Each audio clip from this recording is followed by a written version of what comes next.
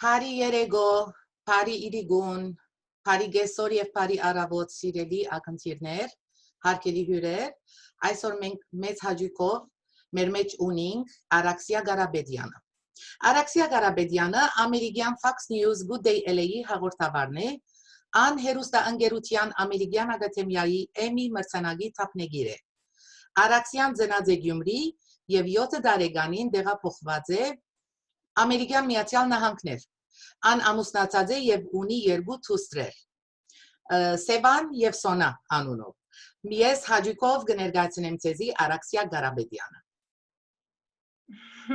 Շնորհակալ եմ։ Բարև Araksya, շատ բարի եկած ես մեր հարթակը։ Մենք շատ ուրախ ենք, որ դու ընդառաջեցիր մեր հրավերին։ Շնորհակալություն։ Ուրեմն նախքան մեր զրույցը սկսելը, ես կուզեի անդրադառնալ թշփախտաբար վերջին մի քանի օրերու տագնապներուն մասին, շատ արագ։ Արդեն COVID-19-ը բավական տագնապ ստեղծած էր բոլորիս միջև։ Ամենքս դունենք աշխատեինք եւ այլն։ Դու ինչպես աշխատես այս պայմաններուն տակ, ինչպես է քո օրդ այս օրերուն։ Իմ աշխատում եմ Էստենիագում, եթե ինձ տելևիզորով նայում եք, կտեսնեք այս հետևիս մասը նույնն է։ So գալիս եմ Էստենիագը, կամերան դիմաց է ու մի կնոպկայով ստխմում եմ ու կարողանում եմ միանալ ստուդիային ու 3 ժամ live anchor եմ անում, որը տարբեր է ու շատ հետաքրքիր է, բայց այսպես է, հիմա ուզում են մենք շենքի մեջ չլինենք ու բոլորս տան մեջ աշխատենք, որովհետև հենց COVID-ը հենց մեծ պրոբլեմ է ու հիմա, որ բոլոր դուրսը պրոտեստ են անում, մտածում են, որ ավելի մեծ պրոբլեմ կլինի, որովհետև բոլորը իրար հետ են մոդիկ են ու չեն, they're not following the rules, so we'll see what happens. I know, it's very hard. And այս ցույցերու պատճառը չպիտի խոսիմ ադոր մասին, ամենք սալ գիտենք the reason for this protest. And կողություն, անկարգություն, all these things happening. My question would be to you is this. How can we heal from this? And as a community, what can we do? Your opinion. I mean, that is the question I'm asking the people I interview every single day since this began. So that is the question that I don't have the answer to. I'm asking that of the sheriff I spoke to today or the Black Lives Matter organizer. So they say there needs to be a change. At the same time, they say time for dialogue has passed, yet dialogue is a way to change things. Ultimately, when it comes to these types of things, there's so much history, so much pain, so much past, yet it comes down to voting and making changes in the way things are right now that you're unhappy with, right? So that is a message I've heard echoed throughout the last few days, even from the victim's brother, the George Floyd, the man who was killed.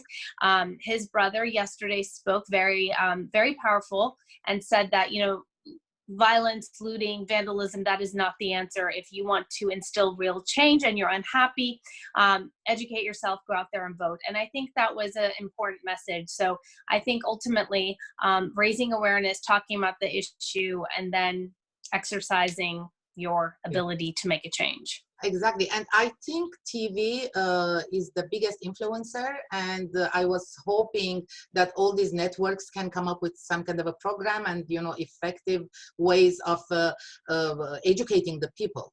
Well, I mean,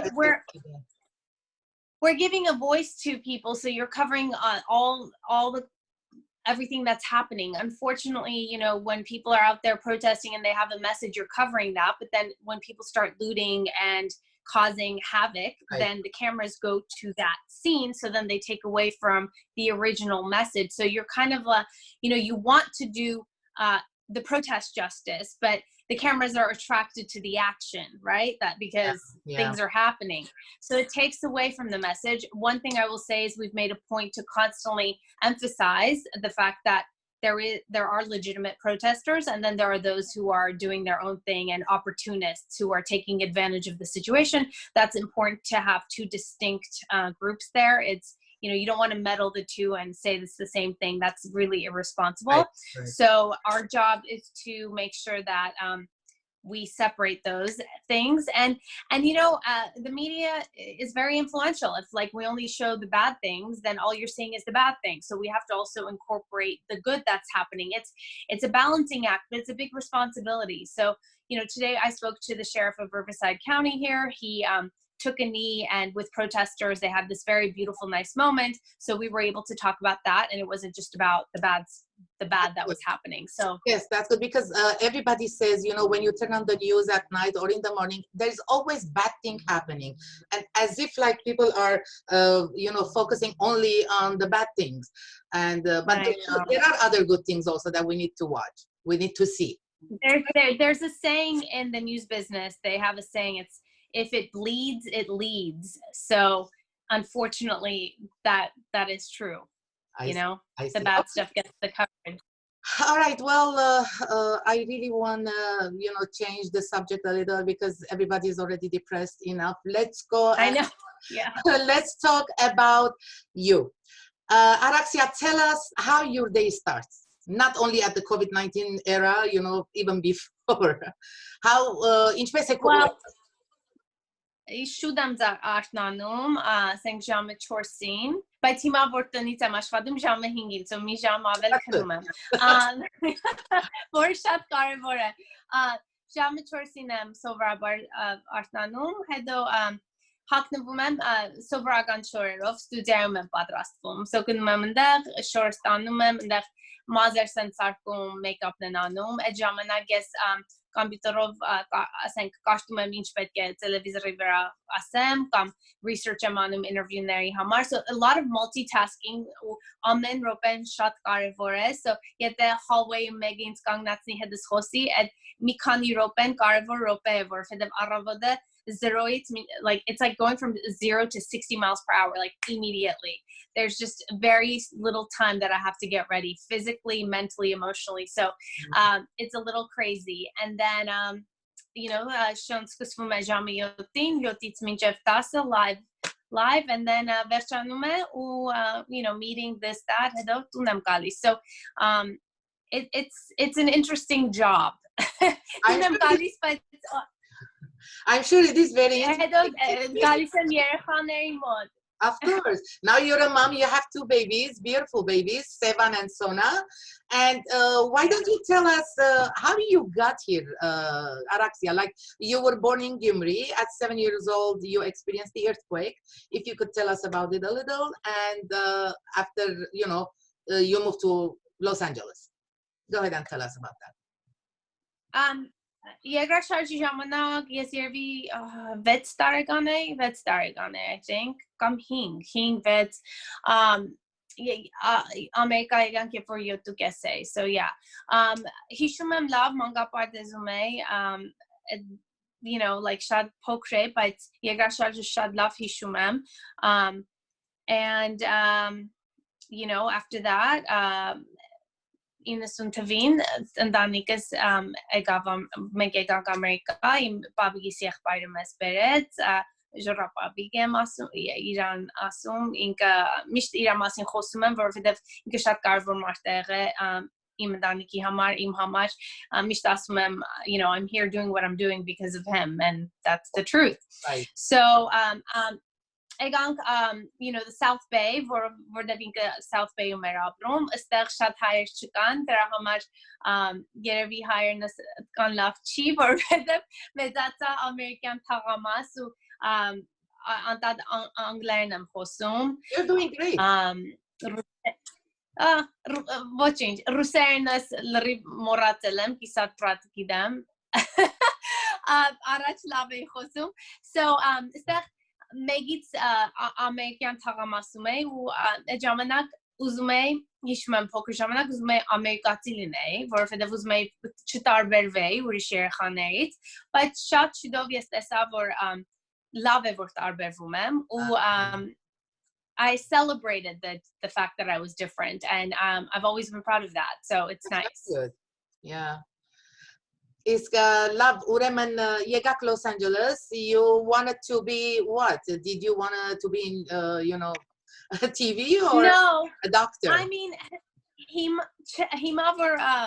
որ մտածում եմ ու ընտանիքս ու ով ինձ գիտեցել է փոքր ժամանակ ասում է, you know, it all makes sense that you're doing what you're doing. Փոքր ժամանակից ուզեցել ես մարդկանց մեջ մտնես խոսել, you know, I would grab anything, like I would grab this pen and like put on a show. So it's like always been within me, I guess. But you know, no, not really. Mishta aselen, you know, this, that, kam iravaban. Gnazi volunteer at the hospital. So I wasn't sure what I wanted to do, and I stumbled into this field, which is funny because people are like, "How did that happen?" I'm like, "I have no idea. It was God's will." You're going to tell us. University, majored in. Yeah, I went to Syracuse University in New York. Why did I go there? Excellent question. I don't have an answer for you. I just somehow ended up there. It's like the strangest thing. They gave me a grant. I wanted to go to the East Coast. I went to visit. It was a beautiful campus. I'm like, sure, I'll go here. It worked out. They had a very good journalism program. So while I was there, I double majored, and then I graduated and still didn't know if I wanted to do this. It was still like, I wasn't sure. What you learn in school and the real world are very different, you know? So you know, I still wasn't sure. Yeah. There are more internship there on the Lutedo. You know what? I think I like it. I didn't want to move away, but yet there was as business image model. Պետք է գնաս փոքր քաղաք, փոքր տեղից սկսել ու գնացի Idaho Falls, Idaho. Չգիտեի դա որտեղ էր. Lots of people don't know where that is. Ապտոն վեշեր ստրեցի ու like քշեցի, չգիտեի ուր եք գնում. I didn't even have a place to live. Like that's how crazy it is. I just went.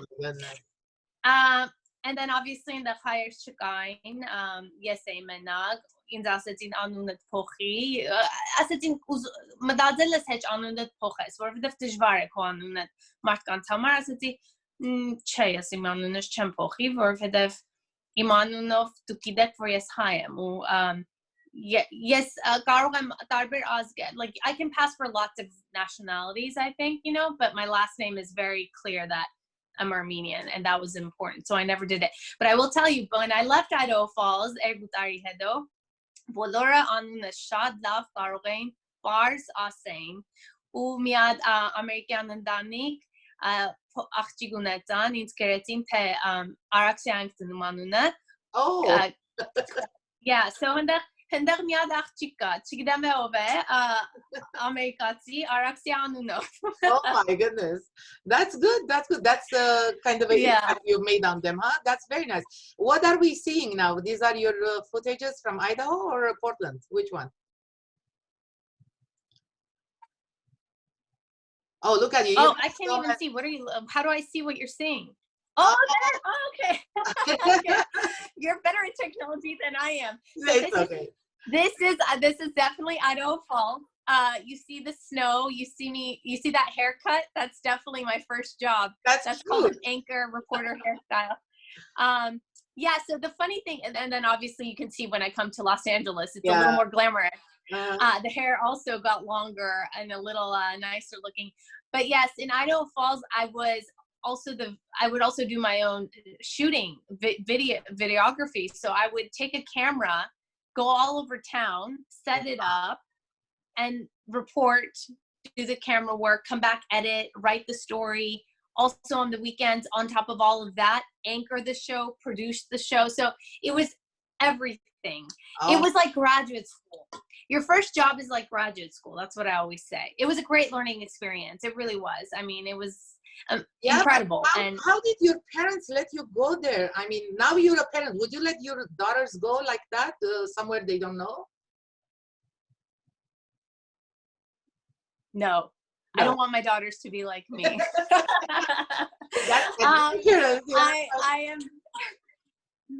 I am very adventurous. I'm also very stubborn, and I admit that. And I see these traits in my older daughter, Sevan, And part of me loves it because it's great. She's so independent. And part of me is afraid and scared of what's to come. Yeah, they will be who they are. You just can't, predict. You can teach but them. it's your personality, and Yeah. I was telling my husband, I said, the truth is, like, part of me right now, if it wasn't for the COVID thing, part of me is like itching to be out there in the middle of the craziness and the protests, because that's me. Like, I run toward the action. Like, I want to go see what's going on, but I'm a little calmer now because I have 2 kids and I have to be responsible. And also there's a pandemic. So therefore I'm stuck in my house. That's what happens when you become a parent, everything changes. Your whole perspective in life changes. Right. You become very protective. Well, right? Like, it's Exactly. for your kid. Yep. Yeah. Thank God for them. All right, now let's move on to the Idaho reporting. When you got this award for reporting from Mexico, what was that about? Can you tell us? Right there. It's right there. That's the one? Okay.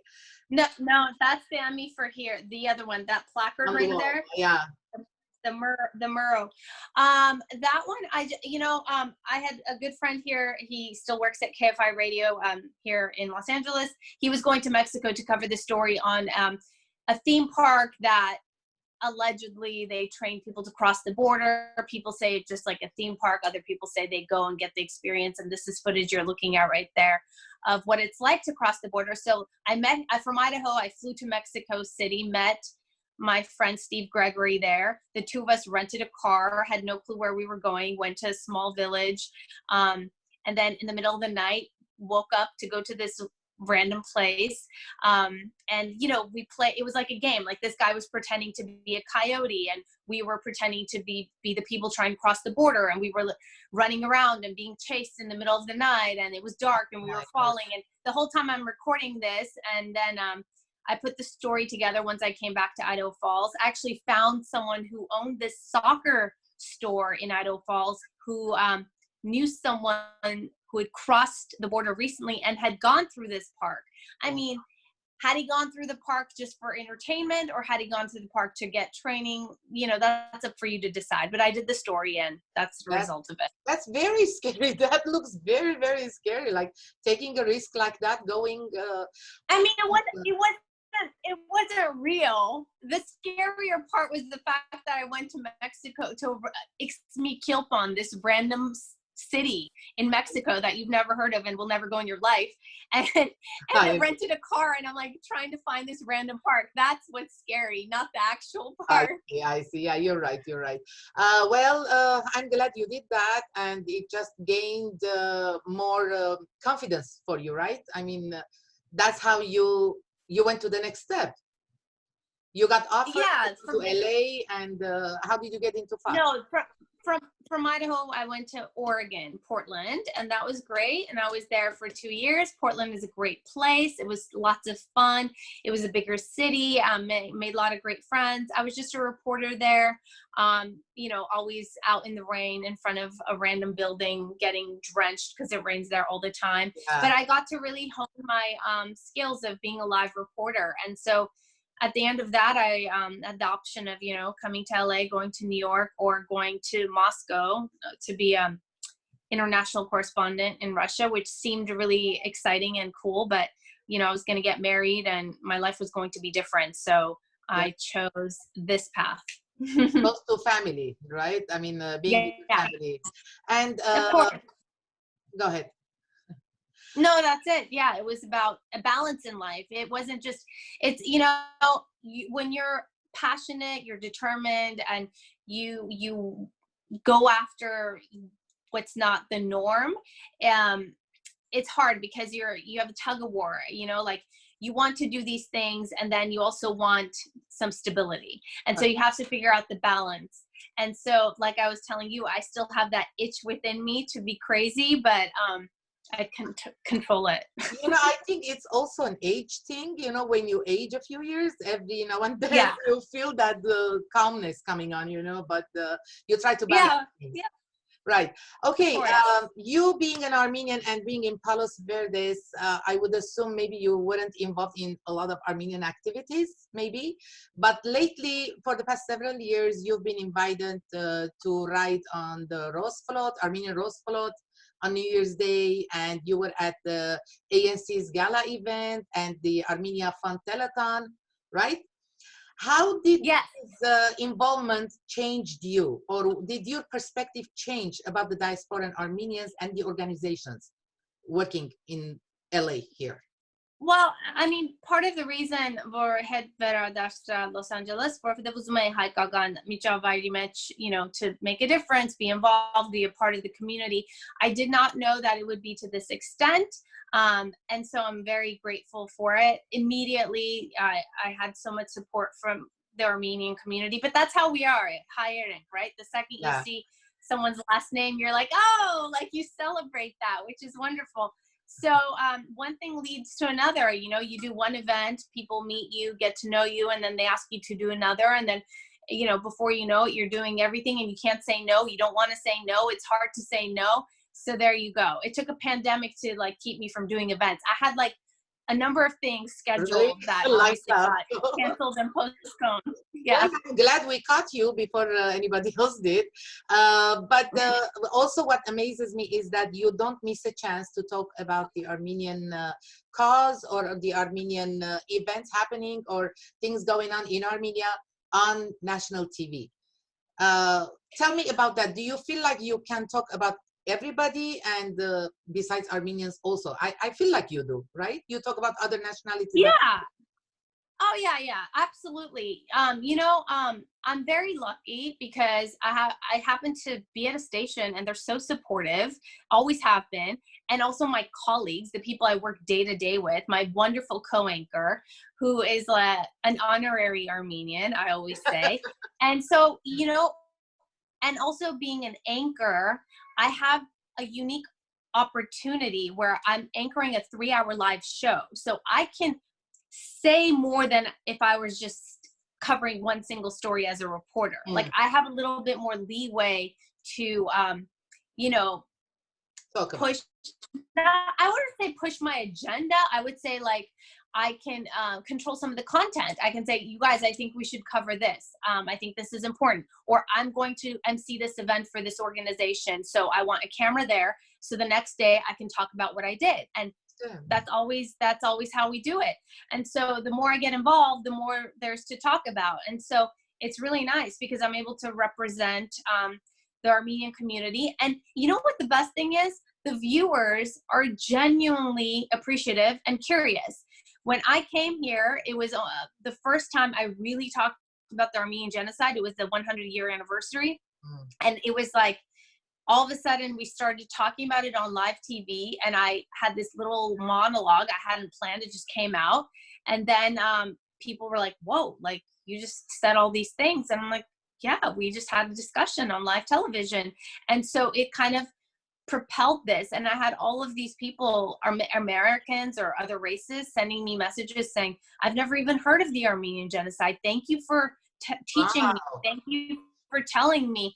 They were so, you know, and at that moment I realized I have this unique position and I have a voice that I'm going to use and I'm going to, you know, make the most of it. So, you know, again, I always say like, like whatever he gives me the direction, and I take the path and go with it. And I truly believe that.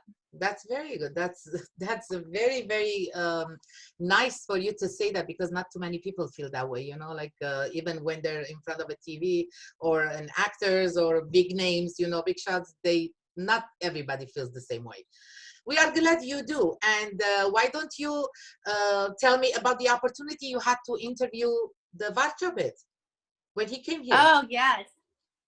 So that was great. You know, I knew he was coming and I wanted to try to get an interview, and I reached out and was in the process of arranging that. But as that was happening, I got a message from City Councilman Paul Kokorian, and they were asking me to MC the reception, the private reception for the Prime Minister at City Hall.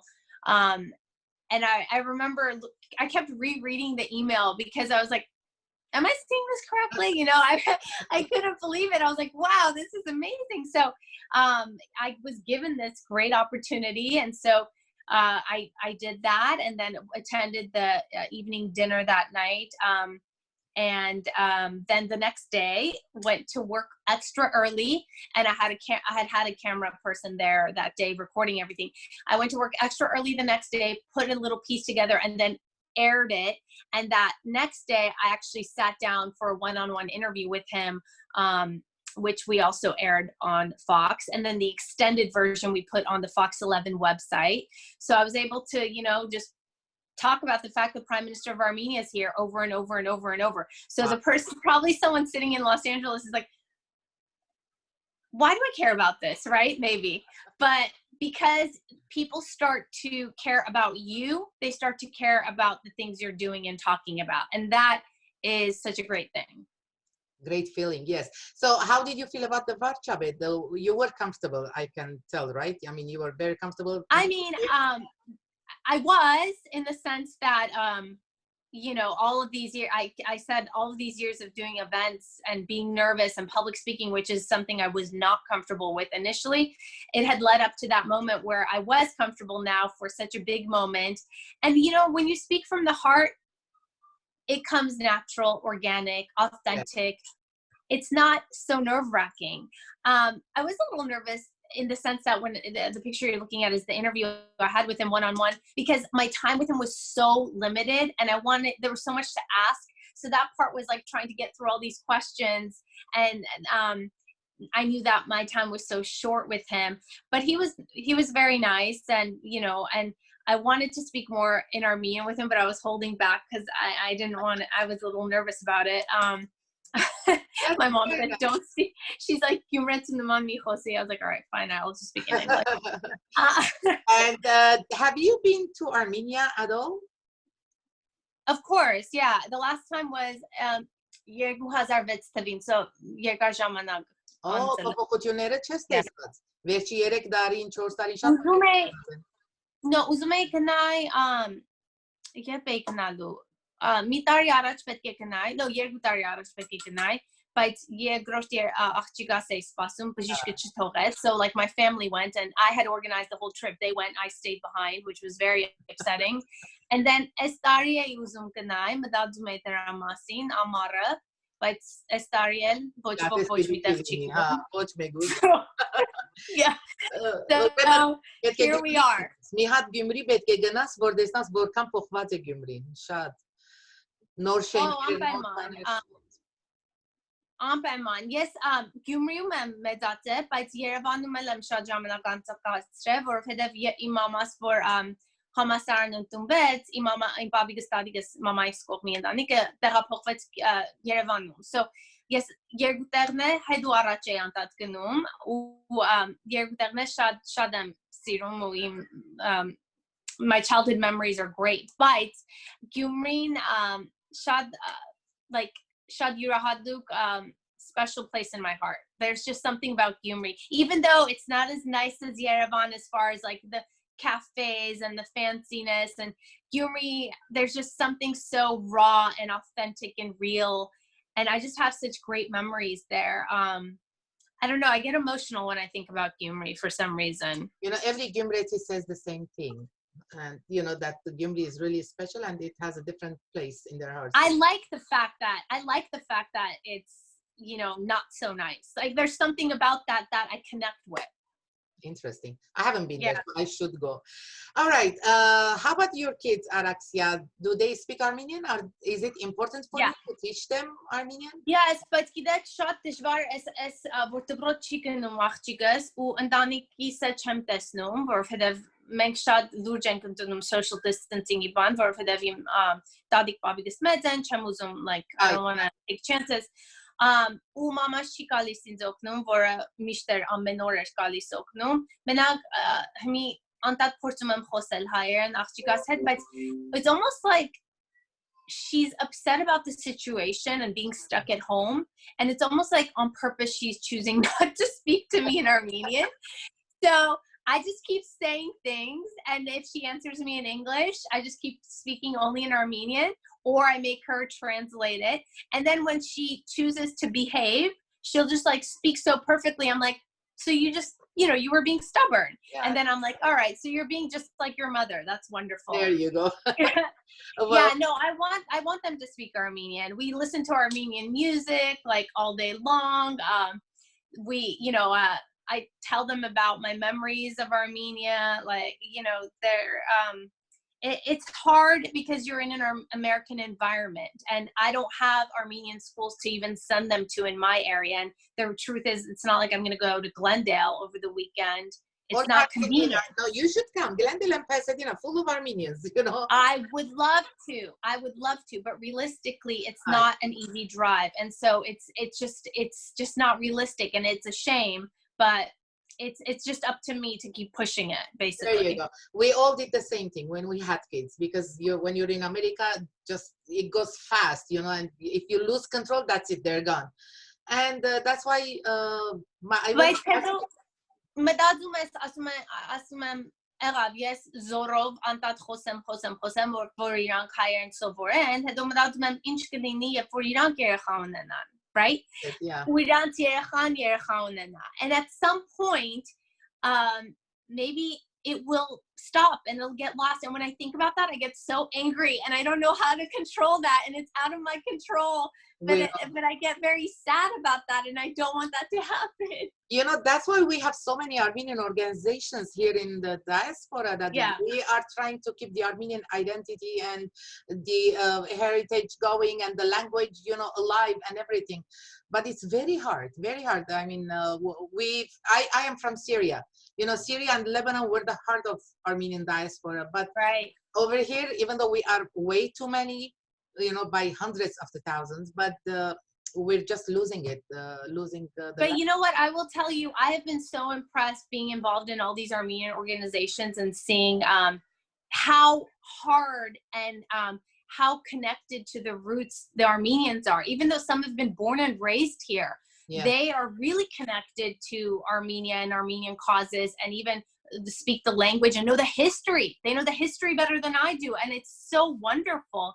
It's just really, you know, it's a testament to us as a group of people trying to keep our heritage and our culture alive. It's amazing. And I think we will keep it another 100 years, hopefully. I'm just hoping, you know. Okay. Now, next question. Let me see. Do you cook? Do you cook Armenian food? Can I cook or do I cook? Okay, both. Not really. I'm not really a big cook. No. Գիտեք ինչ, իմ մամաս ու տատիկս անտած էպում են ու ուղարկում են կամ գալիս են ստեղ հիմա չէ, բայց սովորաբար. So it's kind of like I don't even have the opportunity to, and I don't really enjoy it. You know, some people enjoy cooking, like my mother loves it. She's so great at it. She can come up with things like on the spot, and it just comes to her naturally. She enjoys it. My grandmother says she doesn't enjoy it, but she's cooked all her life, and that's what she does all day. So I don't know what she's talking about. But yeah, it's not really my. If you said Araksya Karapetyan, I would probably. I'm more comfortable cleaning the floors. Like I'm really good at cleaning, so. So I would rather thank you, because I'm not alone. A lot of people don't cook, but especially with this life, you know, it's running all the time, and I have no clue to cook. Okay, how about the next question? Let me see. The Thanksgiving Day telethon. Do you have anything special to say about that? No, I mean, I got involved. That's Paul, my very good friend. He's wonderful. I got involved because of Paul, actually, and then I've lost count. It has been 3 or 4 years I keep doing it. It's nice. It's a nice thing to do. It's a holiday. It's like the one day I take off, but I'm still working in a way, right? I'm known for never taking time off, by the way. Like the joke at my work is that I have so much vacation and sick days saved that I could sell them. I never take time off. I never do. And when I had my kids, my first Sevan, I went back to work 6 weeks afterwards. With Sona, I actually stayed the 3 months. But yeah, I'm just a workaholic. And so I take Thanksgiving off, but I end up being at the telethon. No, it's nice. It's just nice to be involved. And also, you know, it's broadcast all over the world. So it's like, it's nice to connect with people all over the world. Right, right. Perfect. 6 years ago, you told Tony Valdez that you wanted to be a good role model to all Armenians because not too many Armenians are in this field. And that you, my question is, do you think you've been a good role model? And are you aware of any newcomers in this field? I hope I've been a good role model. Yeah. I hope so. It's interesting because there weren't any. There have been Armenians, though. There have been Armenians who have been in the industry. But I think having this role is a little more unique. So in that sense, it's a little bit more exposure. And since my arrival, there have been many people who have taken interest in going into this field, and people I've mentored along the way who said, guide me, I want to get into this. And I helped them put a tape together, or I coached them through, and they ended up going and getting jobs. And now there's someone in Seattle, there's someone in San Francisco. And so they've never forgotten that, which is, it's nice. And sometimes people send me their work and they ask me to critique it, and I do, and give them advice. So I'm trying to help people out because people helped me out. That's very good. Yes, because people do need help sometimes. And the advice you give them is to pursue their dreams, or just what else? What would you like to add? I mean, it's you just have to find what you're passionate about. Like I look forward to the fact my alarm clock's going to go off at 5 a.m. and I'm going to wake up. I actually look forward to that. I look forward to Monday morning. I look forward to going to work. I feel inadequate when I'm not doing it because I love what I do. So if you can find something that you love doing, that is just such a gift. That is such a blessing. How many people look forward to going to work? People dread it most of the time, right? Okay. But most people dread it. But if you can find something you're into, then it's nice. And then the hard work comes naturally. Like when you like what you're doing, you do it happily. But that's overall, when you do something, you should just do your best. If you're gonna do it or don't do it. I'm very, like I don't like that stuff. Exactly. In anything. Especially in America, there is so much opportunity that people just lose sight of it. And you need to pursue. That's it. Until you hit it. Okay. Do you read any books? What's your genre? I haven't picked up an actual physical book for a long time because all my reading happens now on my phone, right? I'm reading articles, I'm reading those types of things. I haven't read an actual physical book for a long time, but my favorite is Russian literature. And I took a Russian literature course in college on purpose because I knew it would force me to read because I was busy and I knew I didn't have time. And I'm like, if I take this class, it's going to make me read because I have to read in order to pass the class. And so on purpose, I tortured myself, and I'm so happy I did because I love Russian literature, the classics, Solzhenitsyn, Dostoevsky, Tolstoy, all of that. Maybe. So a lot of my books are Russian literature. That's very nice. Have you ever read any Armenian literature? No, I have not. William Saroyan, I've read a couple things here and there, but no, I haven't really read Armenian literature, and I don't read in Armenian. That's another thing. And we have a few scholars that are translating a lot of Armenian literature. That's good. To English, and we have them as ebooks and printed books. I can send you one if you want, just for you. Yeah, actually, that would be really nice. I would send one. Yeah, we'll go ahead and read it. All right. How about tell us something about Zhora Babik. You had something that he never saw his mom. What happened then? Can you tell us the story? Zhora Babik was my grandfather's brother. So Babik Siakhbayra, Medziakhbayra, երբ որ պատերազմը սկսվեց, Zhora Babik գնաց Գերմանիա, մյուս եղբայրը Yashar Babik գնաց Berlin, and or did I get no, I think that's right. One went to Berlin, one went to Germany. Maybe I'm getting the places incorrect. But anyway, so Yasha came back after the war. Jora did not. He came to America, and many years went by, and they didn't see one another for a long time, for like 30 years. Oh my God. And so it's just a story about my grandpa's padmume at oravor gnatske neste Jora pabige vor gnume hayas gnume paderaz inke hedevits vazets gnatski vazets kochkits minchev gnatske, you know, it disappeared in sight, and he has a memory of Jora telling him years later, even, you know, when they were old men, that I'll never forget the image of you running behind that train, running next to the train, like as I was leaving, because, you know, I never knew if I was going to come back. So it's a nice memory. But my grandfather saved all these letters, and I want to go through these letters. He's brought them out a few times, and we've looked at them, but I think it's important to go through them right now and, you know, get it recorded or whatever. You should.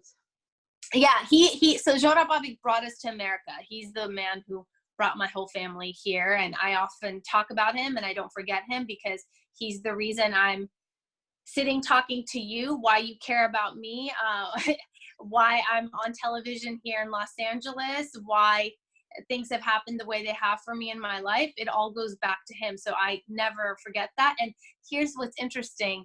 I talk about him as if he's alive. So my daughter Sevan refers to Jora Babik, like we drive by his house, she's like, oh, Jora Babik tunane.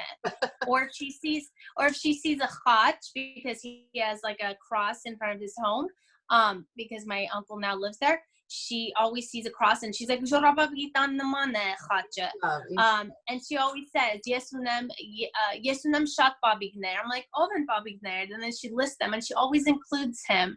And so it's just like, it's important for me to know who he is. But I haven't really talked about death with her. So once in a while when she says, how come I never see him? Oh. And so it's a topic that I don't know how to, but you know, kids are so smart. I feel like she already knows, and she's just like testing me, but I can't bring myself to go there. But yeah, she refers to him like he's alive. You learn how to talk with your kids. You know, they teach you how to communicate with them. In a way, you learn from them also. And they're so smart. They're so smart. Yeah, that's very good. And we are so glad Jora Babik got you here, and you know, that we meet, and you're doing all these changes, and you're you know, shedding light on the Armenian cause and diaspora Armenians all over, and we are very glad for that. Now, before we wrap up, because I promised you will make it short so that you get to your kids, I have two questions. Right. I have two questions. Yes. Do you have any regrets? And what the other question is, what is the most significant success or accomplishment that you've had? Wow, I have to think about this. You should have texted me these questions. Sorry. Do I have Let me ask you another question. Maybe that's easier. Go ahead. Okay, well, let me answer the regret thing. I don't think I have any regrets, because, you know, everything in my life has worked out the way it's worked out. And so to regret something would mean that perhaps it wouldn't have worked out the way it had for me to be here, or, you know, whatever. So I would say no to the regrets. Sometimes you have to just try things to learn from them. I'm one of the people that I see someone stick their hand in the fire and I know I'm going to get burned, but I'm like, let me just test this out myself. But no, I don't think I have regrets. Good. I'm trying to get to the questions. And if you have something that you are very, very happy because of that accomplishment, which one would that be? The most significant. I think that's I think that question is something I'm still trying to accomplish, and that is, you know, I take being a parent very, very seriously, especially because of my line of work. I'm constantly surrounded by horrible stories, and I see how important it is to raise good people to contribute back to society and to give back to society. My biggest accomplishment, or something I'm working towards, is to raise two good human beings, my kids, and to teach them right from wrong, to teach them the right morals, to teach them about their past, their heritage, their roots, to carry things on. I want them to be tolerant, respectful, accepting, open-minded. It goes back to actually what we're dealing with right now in this current state. It all starts at home. It all starts with what they're taught. And everything I do and say and my tone, all the things you don't think matter. And these things get built up in a child. And they're just so precious and just so innocent. So my accomplishment is to raise, or I'm hoping that would be my accomplishment, to raise two important and good humans, just human beings. That's very good, very good. And that's a very hard job, very, very tough one. It is. Because it's a hard job. It's very hard. I have two boys and I know how it goes. All right, we have a few questions. Let me see. One of them is asking, sorry, they're texting me here so that I tell them to you. The camera was not open. You took the second Hartag, okay. Somehow I'm not able to see it. All right, until I read it, let me ask you another question really quick, Araksya, if you may. My question was, what inspires you? When you feel unmotivated, what do you do to get back on track, and what gives you that drive? I think just being reminded of what it is that I'm doing and how it's impacting people. There's some days we wake up and we're sluggish, or we're just tired, but then I'll get a nice message from someone I don't even know, just saying, thank you so much. Like, watching you helped me start my day, or that story you posted, it really made me think. That little article you shared, it really made me realize, like, this is important. So when you're able to generate conversation, when you're able to make other people broaden their horizons by the work that you're doing without even realizing you're doing it, and then you get that wonderful feedback, it gives you that energy that you were lacking at that moment, and it pushes you to want to do more. So people inspire me, and I inspire people, and that's just like the cycle. And it's a really nice cycle. But it's hard to wake up in the morning and suddenly you're feeling sluggish and you need to be in front of the camera. And I know. It's just like teachers. There is no day, there is no bad day. You have to get to the kids.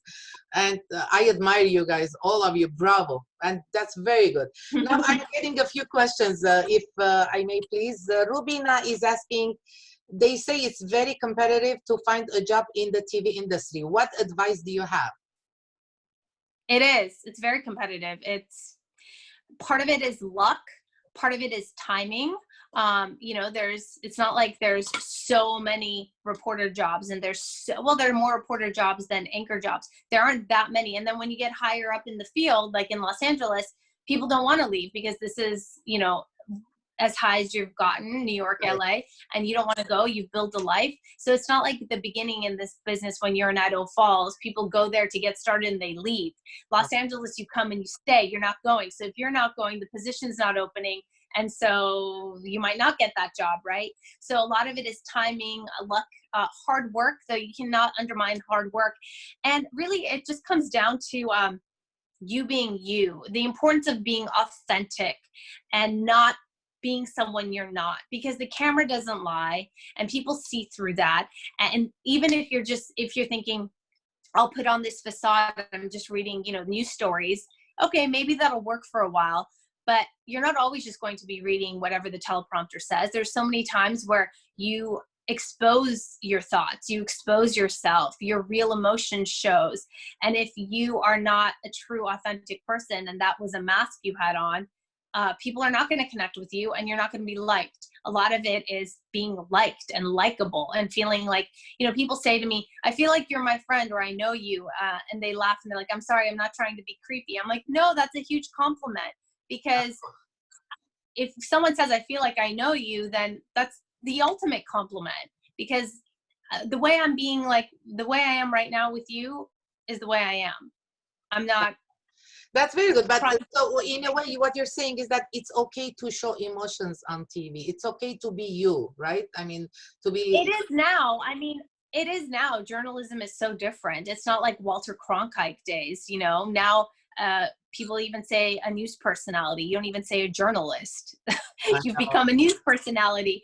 So it's a little different than what it was. And ironically, I wanted to be the serious journalist. I wanted to be Christian Amanpour when I got into this business. I wanted to be in the war zone covering serious stories about serious topics, and just being in the thick of it all.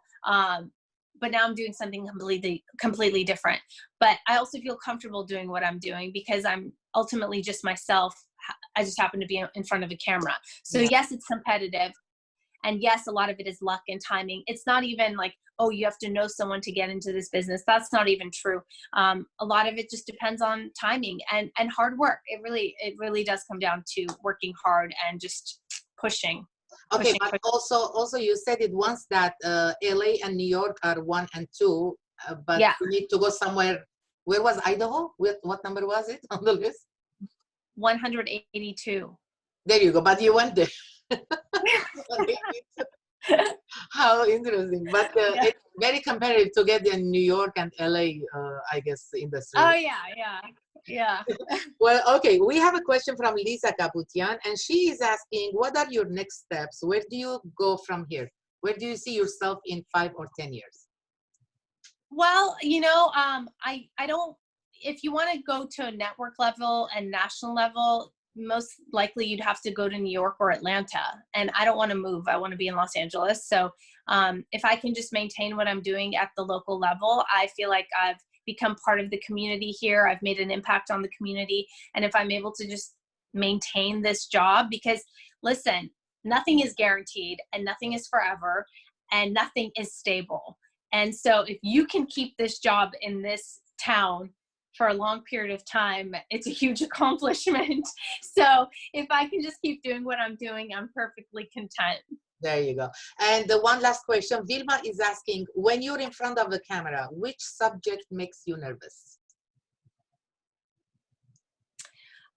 Subject. Well,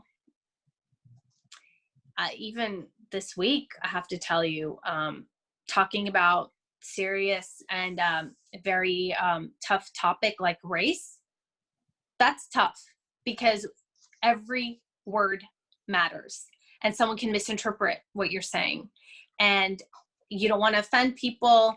Your intention might not be to offend people, but it's such a emotional topic at the moment that sometimes, you know, you have to really think before you speak.